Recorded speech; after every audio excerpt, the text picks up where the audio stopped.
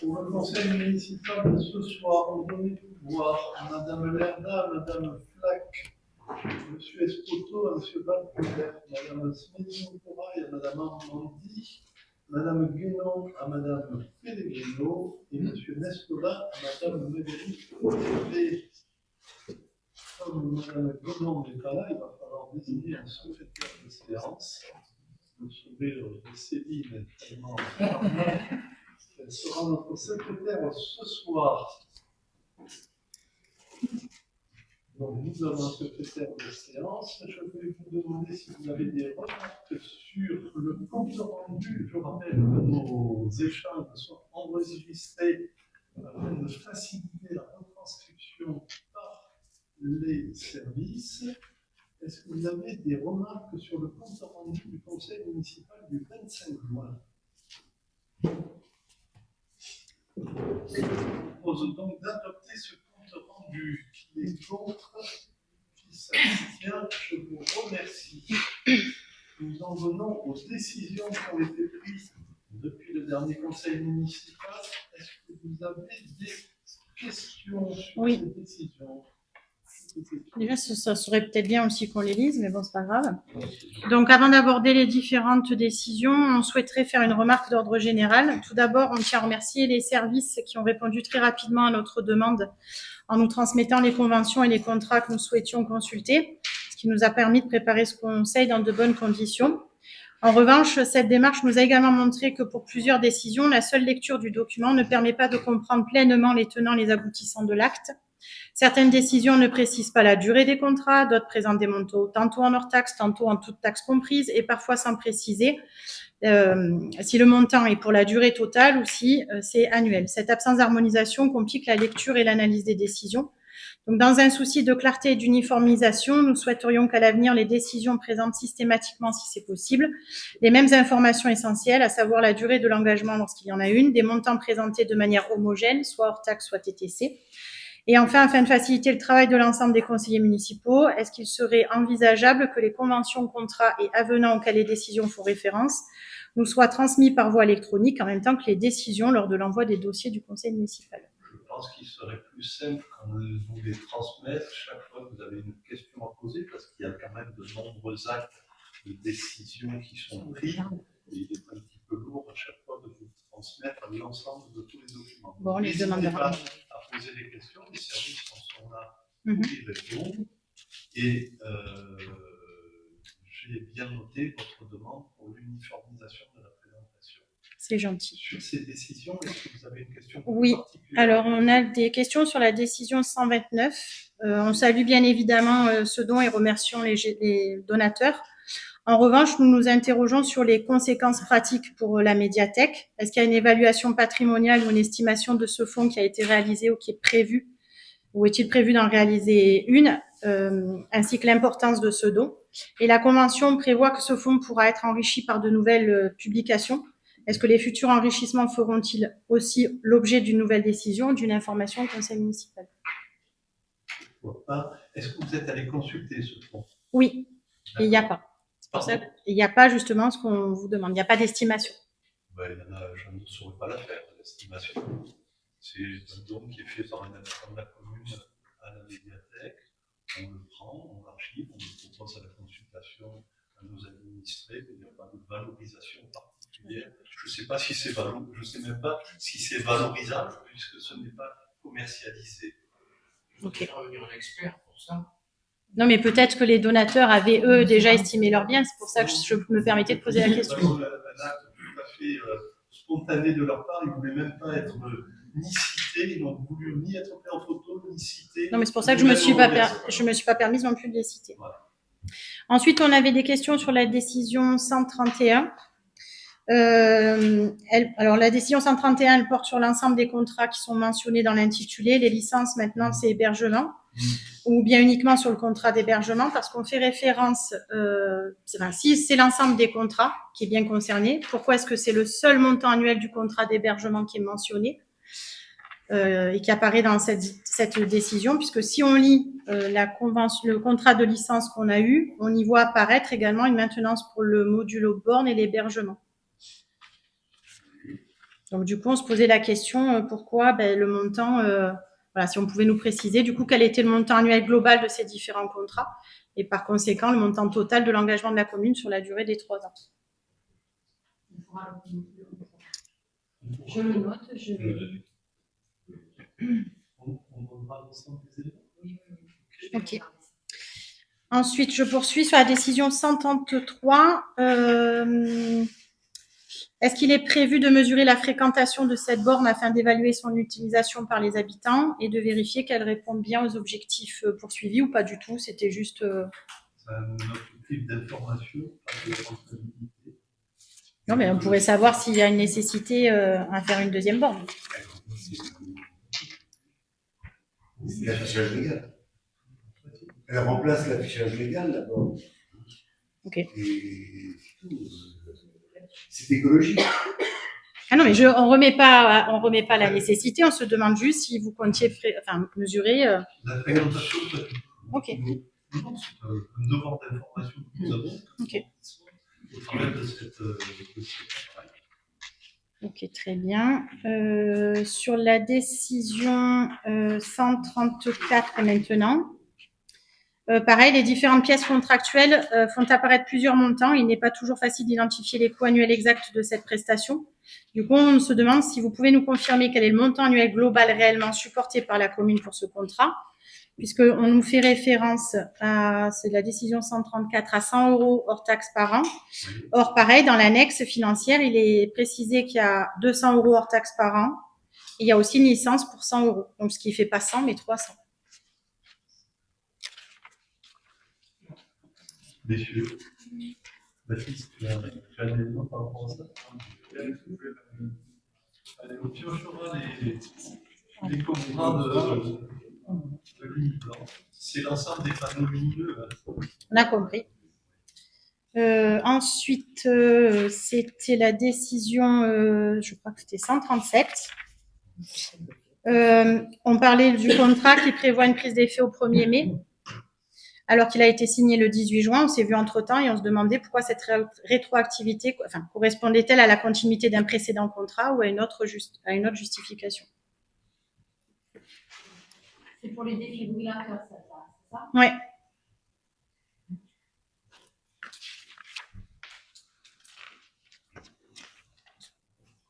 Bon, si vous pouvez, en cas avec du recul, nous donner les informations.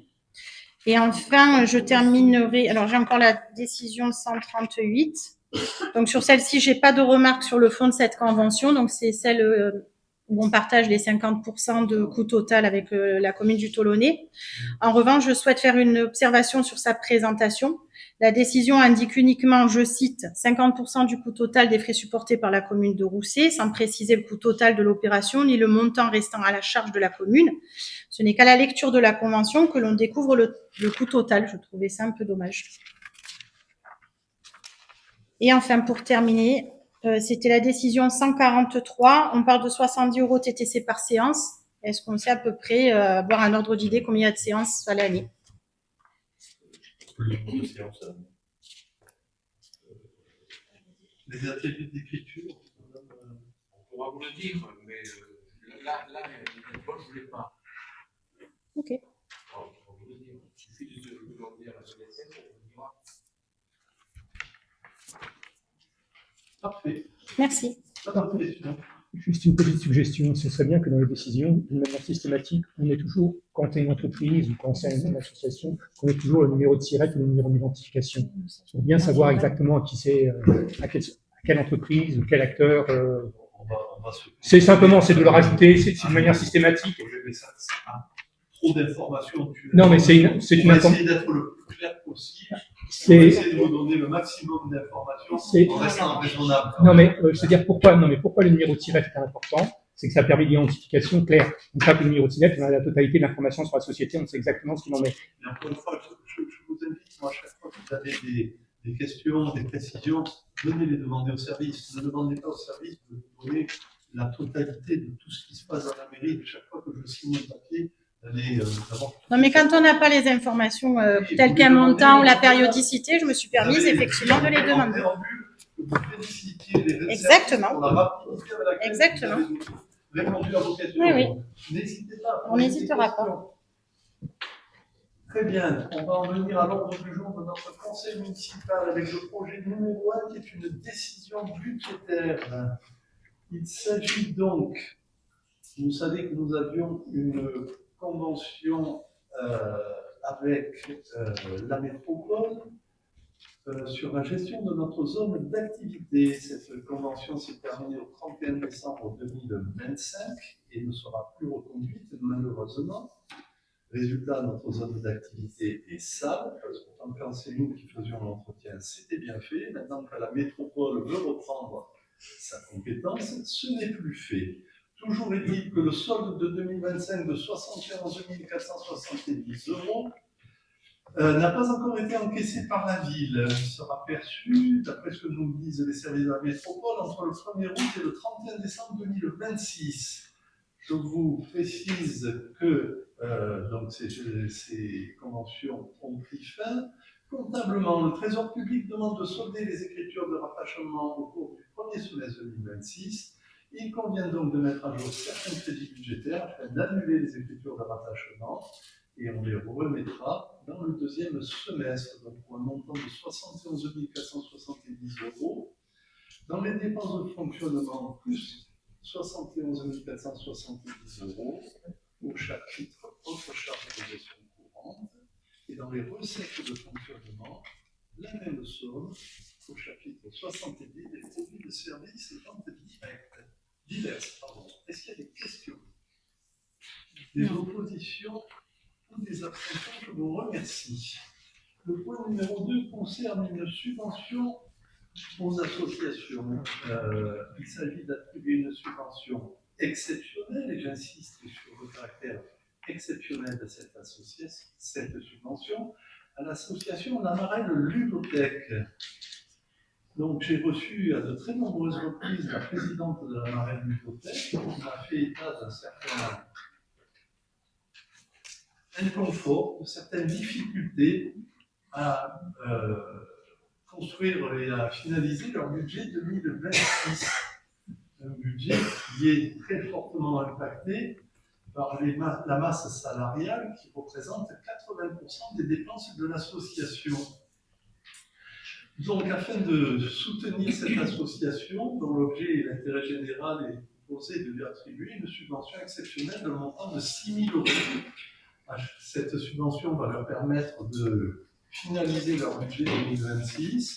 Et ils ont en charge d'ici à la fin de l'année de revenir vers nos élus en charge du monde associatif de façon à leur faire part des décisions qui auront été prises pour que cette situation ne perdure pas.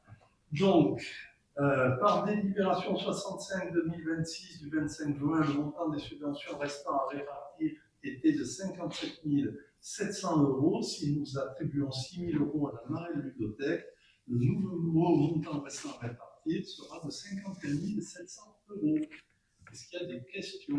Alors, pas de questions, mais une remarque, Monsieur le maire. Je souhaite tout d'abord saluer la proposition qui nous est présentée aujourd'hui d'attribuer une subvention exceptionnelle de 6 000 € à l'association La Marelle Ludothèque.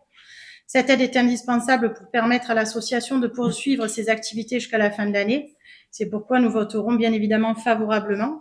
Mais cette subvention exceptionnelle répond à une urgence. Elle ne répond pas à la question de fond. Et vous l'avez dit à l'instant, quel avenir souhaitons-nous donner à cette association? Pour rappel, la Marelle Ludothèque est implantée à Rousset depuis 1989. Elle fait partie intégrante de la vie de notre commune et contribue activement au lien social. En 2025, elle comptait 202 familles adhérentes, représentant environ 650 personnes, et elle a enregistré près de 7 400 accueils. Durant les 15 premiers jours des vacances scolaires de juillet 2026, c'est près de 585 accueils qui ont été enregistrés. Ces chiffres témoignent de l'utilité de la ludothèque et de la place qu'elle occupe aujourd'hui dans notre village. Ils montrent qu'elle répond à un véritable besoin des familles, des enfants et plus largement des habitants. Mais son action va bien au-delà du simple prêt de jeu. Tout au long de l'année, elle construit des partenariats avec les écoles, les crèches, les assistantes maternelles, les familles et les acteurs de la vie locale. Elle organise les animations, accompagne les enfants dans la découverte du jeu, favorise le lien intergénérationnel et offre un véritable lieu de rencontre, d'échange et de convivialité. Elle participe également activement à l'animation de notre territoire, notamment à travers la Fête mondiale du jeu qui se déroule en mai. son propre festival du jeu annuel, ses soirées jeux trimestrielles, mais également en répondant aux sollicitations de partenaires extérieurs qui font appel à son expertise. À notre connaissance, la Marelle reste aujourd'hui la seule ludothèque sur le canton de Tretz, et c'est une véritable chance pour notre territoire. Peu de communes disposent d'une structure offrant un tel accompagnement aux familles, aux enfants, aux écoles ainsi qu'aux différents publics. Cette singularité mérite d'être soulignée car elle participe pleinement à l'attractivité et à la qualité de vie de notre commune. Il est d'ailleurs important de rappeler que la Caisse d'allocation familiale encourage le développement et le maintien des ludothèques, qu'elle considère comme des lieux favorisant la parentalité, le lien social, le développement de l'enfant et les échanges entre les générations. Dans ce contexte, nous devrions donc nous réjouir de disposer d'une telle structure à Roussé et nous interroger sur les moyens de la conforter durablement. Monsieur le maire, c'est précisément parce que la ludothèque remplit toutes ces missions que nous souhaitons sur cette question, revenir sur cette question que je vous avais déjà posée lors du vote des subventions aux associations. À cette occasion, après avoir salué le soutien constant de la commune depuis de nombreuses décennies au monde associatif, je vous avais alors interrogé sur les critères retenus pour déterminer le montant des subventions attribuées aux associations. Vous aviez alors répondu, je vous cite, que la municipalité souhaitait poursuivre son soutien en s'appuyant sur ce qui avait déjà été fait les années précédentes. J'entends bien cette volonté, mais elle ne répond pas à ma question. Quels sont les critères précis qui permettent de fixer le montant des subventions? Je précise qu'il ne s'agit absolument pas d'opposer les associations entre elles. Elles contribuent toutes, chacune dans leur domaine, à la richesse de notre commune et méritent notre soutien. En revanche, il me paraît légitime de connaître les critères qui président à l'attribution de fonds publics. Cette question est d'autant plus importante lorsqu'on examine la situation de cette association. J'entends parfois dire que les difficultés rencontrées aujourd'hui seraient le résultat d'une mauvaise gestion. Pourtant, cette association est conventionnée par la CAF. Cette convention implique le respect de critères d'exigence précises en matière d'accueil, de qualification du personnel, d'organisation et de qualité de service. Elle témoigne du sérieux de son bon fonctionnement et de la reconnaissance de sa mission d'intérêt général, vous l'avez souligné tout à l'heure. Les éléments qui nous ont été présentés montrent que les difficultés rencontrées trouvent principalement leurs origines dans deux événements exceptionnels. La crise sanitaire liée au Covid qui a profondément affecté la fréquentation de la structure, puis un licenciement pour raison médicale avec les conséquences financières que cela représente pour une association de cette taille. Depuis cette période, les responsables de la ludothèque n'ont cessé régulièrement d'alerter sur leurs difficultés. La subvention exceptionnelle proposée aujourd'hui permettra de poursuivre ces activités, certes jusqu'à la fin de l'année, et nous nous en réjouissons. Mais elle ne règle pas la question essentielle, celle de son avenir, alors même qu'il reste des fonds à répartir. Alors après près de 40 années d'engagement au service des habitants, cette association mérite autre chose qu'une réponse d'urgence. Elle mérite une perspective. Monsieur le maire, pouvez-vous nous dire clairement quelle est votre vision aujourd'hui pour notre ludothèque à partir de 2027? C'est un magnifique plaidoyer que vous venez de nous faire, mais je vous réponds à la question. Qu'est-ce que vous prévoyez pour la ludothèque dans les années à venir? Et est-ce que c'est à moi, en tant que premier magistrat, de dire à la ludothèque comment il faut qu'il fonctionne? Non, mais déjà, on aimerait avoir la base de comment vous donnez les montants aux subventions. Oui. Donc, j'ai reçu de très nombreuses fois des représentants de la ludothèque. Je les ai alertés sur un fonctionnement qui n'est pas celui qui reflète de l'idéal de la loi de 1901, qui était le droit d'association, le bénévolat, l'engagement de la situation, avec 80% de charges. Ce n'est pas la seule. Je leur ai demandé d'avoir une réflexion. Ce n'est pas à moi leur de porter des solutions, c'est à eux à me dire le fruit de leur réflexion. Donc vous seriez prêt à laisser cette association s'éteindre? C'était ma question. Je ne suis prêt à rien du tout. Je demande à chacun de gérer sa boutique. Moi, je gère la mairie. Le monde associatif doit gérer son association. La ludothèque doit gérer son association. Comme toutes les associations de Roussé, ils gèrent leur budget de façon à faire avec les moyens qui leur sont donnés. 1 million d'euros consacrés au soutien au monde associatif dans le village de Roussé, ça n'existe nulle part. On est bien d'accord. On est bien d'accord. Oui. Vous passez votre temps à me mettre en garde sur les dérives avec des grands exposés de M. Boileau sur l'avenir des finances publiques. J'ai l'air con, mais je réfléchis moi aussi. Et je me dis, si dans 2 ans, je n'ai plus que la moitié de ce budget à donner aux associations, comment je vais faire? Comment je vais faire le tri? Alors c'est pour ça que j'ai donné cette mission dès le départ, cet objectif de dire on ne donne pas en 2026 1 centime de plus que ce qu'on a donné en 2025. Il s'avère que la ludothèque La Marelle est une structure importante pour notre village. que nous voulons la préserver et qu'à ce titre, nous avons fait un effort que nous n'avons fait pour personne d'autre de donner cette subvention. Bah, vous avez déjà donné des subventions exceptionnelles, Monsieur Pignon. Pas cette année. Ah ben pas cette année, mais ça c'est déjà vu. Je parle de cette année. Ben oui, après on peut toujours. 2026. Oui, ben pour cette année. Mais l'année dernière, ça s'est déjà vu à deux Donner une reprises. subvention, je vous propose plus exactement de donner une subvention exceptionnelle à la marine ludothèque, mais ça ne les dédouane pas Je n'ai jamais du dit fait ça. de devoir avoir une réflexion Oui. sur le mode de fonctionnement. C'est pas ce que Et je puis vous ai on dit. se reverra d'ici la fin de l'année de façon à voir ce que l'on fait en 2027. Ouais, final. Et est-ce qu'au niveau des critères, du coup, des subventions données aux associations, vous comptez nous répondre ou est-ce qu'on reste toujours dans le... Nous n'avons pas de critères précis sur le montant des associations. Ah. Il y a une part d'histoire, il y a une part de... Il y a toutes sortes d'éléments qui viennent... Ben, donc des éléments, ce sont des critères. Non, ce ne sont pas des critères définis. Eh bien, Ce sont des éléments d'analyse que nous avons. qui vous sont propres, du coup, non partagés. Ok, je note. C'est ce que nous faisons en groupe de travail. Mais vous êtes tout seul. Voilà. Est-ce qu'il y a d'autres questions sur cette subvention? Eh bien, nous allons passer au vote. J'espère que nous aurons une unanimité pour soutenir la marraine ludothèque. C'est le cas, je vous en remercie. Le point numéro 4, il s'agit de la contribution de la commune. Non, il y a le numéro 3 avant.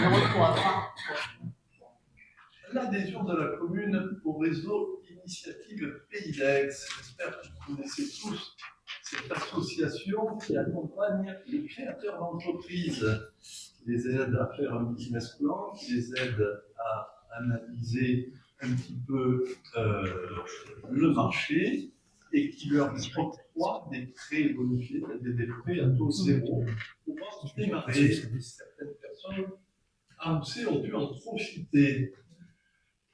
Donc, c'est une association loi 1901 créée afin de soutenir la création, la reprise, la transmission, le développement d'activités à caractère économique sur le territoire. La mission du réseau IPA consiste à expertiser, financer et accompagner sur les premières années à vocation à accorder des prêts d'honneur, à accompagner les entrepreneurs et à assurer un rôle d'intermédiation financière auprès des établissements bancaires. L'adhésion au réseau IPA de la commune de Roussé au titre du Collège des collectivités publiques s'élève à 500 €. Et donc, je vous propose d'approuver à compter de l'année 2026 l'adhésion de la commune au réseau IPA et de m'autoriser à signer les documents nécessaires. Est-ce qu'il y a des questions, des oppositions, des abstentions? Merci. On vient au point 4. La contribution de la commune au Fonds de solidarité du logement. Le Fonds de solidarité pour le logement est un dispositif qui attribue des aides financières pour le paiement des dettes locatives en faveur des personnes en difficulté sous conditions de ressources. Depuis le 1er janvier 2018, la métropole exerce la gestion de ces aides en lieu et place du département à l'intérieur de son périmètre, soit 90 communes dans les Bouches-du-Rhône. Ainsi, grâce au soutien des communes et d'autres contributeurs, cette mission de solidarité a permis d'accorder en 2025 sur l'ensemble du département 2716 mesures individuelles d'accompagnement social et 1256 projets d'action sociale et collective en direction des ménages en difficulté pour des comptes total de 5 731 477 €. En conséquence, afin de renforcer la politique d'insertion par le logement en développant des aides financières individuelles aux ménages et les mesures d'accompagnement social dans un contexte de crise du logement particulièrement aigu et de paupérisation des familles, je vous propose de soutenir ce dispositif au titre de l'année 2026. La participation volontaire se fait sur la base de 0,15 €, c'est-à-dire 15 centimes d'euros par habitant. Et donc, ça sera la somme de 831,15 € pour la Roussé. On a pris la population de référence de 2025 en vigueur le 1er janvier 2026. Je vous propose donc de maintenir la participation financière de la commune au FSL pour l'année 2026 et de vous autoriser à signer tous les documents y afférents. Des questions, des oppositions? Merci. On a le rapport annuel du syndicat intercommunal de développement et de gestion des installations sportives du collège de Rousset. Donc, dans ce rapport, on y voit qu'au cours de l'année 2024-2025, 591 élèves dans le collège, 262 pour Rousset, 76 pour Puy-Loubier, 178 pour Peigné, 75 pour Châteauneuf-le-Rouge. Soit 591 enfants au total contre 567 l'année précédente. Les participations financières à 172 987 € en 2025 contre 200 000 en 2024 et 160 000 en 2023.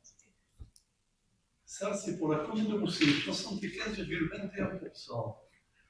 27 418 en 2024. En 2025, les heures de frappe, là, c'est 2025. Pour Peigné, 14 275 pour Puy-Loubier, 15 320 pour Châteauneuf-le-Rouge. Les participations sont calculées conformément à la loi et au statut du syndicat en fonction du nombre d'élèves scolarisés. Et que la richesse fiscale potentielle calculée à partir de la somme de l'attribution de compensation et de la dotation de solidarité communautaire encaissée l'année N-1 pour les communes de membres du syndicat intercommunal. La dette du syndicat au 1er janvier 2025 s'élève à 422 115 €. Le remboursement en capital s'est élevé à 31 258 € et les charges d'intérêt à 14 105 €. L'excédent global de la section de fonctionnement cumulé 2025, c'est 114 037 €. Le total des dépenses réelles de la section de fonctionnement, c'est 179 323 €. Et le total des dépenses réelles de la section d'investissement, c'est 140 587 € en 2025. Il vous est donc demandé de prendre acte du rapport annuel du syndicat intercommunal de développement et de gestion des installations sportives pour l'année 2025, tel que je viens de vous le présenter. Pas de commentaires, pas de questions. On passe au point numéro 6, la modification du tableau des emplois. Nous avons 7 fermetures de postes pour des adjoints techniques territoriaux principaux de deuxième classe. Il s'agit de la promotion interne. Je rappelle que l'ensemble des agents qui pouvaient être proposés à la promotion interne au titre de l'année 2026 l'ont été, et donc ça nous fait 7 adjoints techniques qui ont été promus. Ensuite, il y a une ouverture de poste pour un adjoint territorial d'animation stagiaire, un recrutement par réglementation pour un adjoint territorial d'animation principal de première classe, et une ouverture de poste pour un animateur territorial catégorie B, emploi permanent à temps complet. Ces 3 postes correspondent à des gens qui étaient des contractuels et qui, au-delà de 18 mois, ont dû être titularisés. Des questions. Oui. C'est une petite précision. C'est écrit en cas fermeture de poste, les 7 agents, ils ont tous été. Oui, sur la locale. tout à fait. L'ouverture est automatique. Mais du coup, ça fait plus 3. On est OK là? Non, parce que c'était des contractuels. Donc ça fait plus 0. D'accord. Il y en a 7 qui ont été promus et il y en a 3 qui étaient stagiaires, qui sont arrivés à 18 mois et qui donc doivent être titularisés. Ce que je voulais dire, c'est que c'est écrit en fermeture de poste de cet agent qui a été promu, on aura rouvert 7 Les postes. 7 postes, Voilà. tout à fait. C'est ça, Tout à fait. Et Il y a une astuce administrative, je ne sais pas pourquoi ça figure pas. on n'écrit pas, mais voilà, Ouais, c'est ça. j'avais du mal à C'est la comprendre si ça promotion. faisait plus 3 ou si c'était. D'autres questions? Ce qui serait peut-être un jour intéressant quand il y a des éléments, c'est justement d'avoir un tableau consolidé sur les évolutions, sur la structure de l'emploi au niveau de la commune. Comme ça permettrait immédiatement d'avoir. C'est juste une extraction, ça donne le total par poste, par catégorie, et ça éviterait toutes les questions. C'était pas dans le RSU, c'était pas dans le rapport social unique. Oui, le rapport social unique n'a pas encore été présenté. On n'a pas vu. Eh non. Non. C'est au CCLS. Donc, il y en a une partie qui est dans la partie budgétaire. C'est au syndicat que j'ai présenté le rapport social unique, sachant qu'au syndicat, il n'y a pas de salariés. parlé, je trouvais ça extraordinaire, et on a présenté le rapport social. Très bien, écoutez, on verra tout ça à ce moment-là. Des oppositions, des abstentions, merci. Nous en arrivons au point numéro 7. Il s'agit d'approuver une convention avec l'établissement public foncier. Nous avons rencontré les représentants de l'établissement public foncier. Et dans la situation qui est la nôtre face à la non-production de logements sociaux sur le dernier triennal 2023-2025, nous avons tout intérêt voilà, à nous conventionner avec l'EPF de façon à montrer notre bonne volonté. On a été convoqué par la sous-préfecture pour pouvoir justifier de notre situation. Et voilà, on attend la sentence de la part de monsieur le préfet, savoir s'il carencera ou pas la commune de Rousset. Donc, je ne sais pas si vous avez lu cette convention qui est absolument passionnante. On avait quelques questions. Oui. La convention, elle rappelle la situation de la commune au 1er janvier 2025 au regard des obligations de la loi SRU. Est-ce qu'on dispose de données un peu plus actualisées? Pas du tout. La convention rappelle les éléments. C'est-à-dire, dans le premier, on nous dit qu'au 1er janvier 2025, la commune comptait tant de résidences, tant de logements locatifs, qu'il y avait un taux de 21,59. Oui. Est-ce qu'on a comme on est... Les chiffres étaient actualisés pour 2026. Ok. 2025, communiqué en 2026. Donc, au janvier 2028, on a un décalage. Ok. Décalage d'un an. Et après, on se demandait si on avait déjà identifié les secteurs qui pouvaient être envisagés. Et si oui, est-ce qu'on pouvait nous indiquer lesquels ou pas du tout, géographiquement Vous parlant? parlez de la production de logements sociaux. Oui. Actuellement, on travaille sur différents projets. Il y a celui de Stevenson derrière la cave coopérative. Il y a celui du chemin neuf sur une propriété que la commune a rachetée aux héritiers Fabre. Il y a un ou-deux. Il y a également le projet sur la maison Couton. Qu'est-ce que vous dites, Michel? Hein? Après, il y a un projet privé sur Gannes, mais là, je suis très prudent parce que j'ai encore beaucoup de chemin à faire avec les promoteurs immobiliers pour qu'ils nous présentent un projet qui soit conforme à ce que nous voulons faire dans notre village. Voilà, en tout cas, l'addition de tous ces projets permettrait, d'ici la fin du mandat, d'arriver à ce quota de 27% de logements sociaux. Je crois qu'il en manquait à peu près 80, je crois, au total.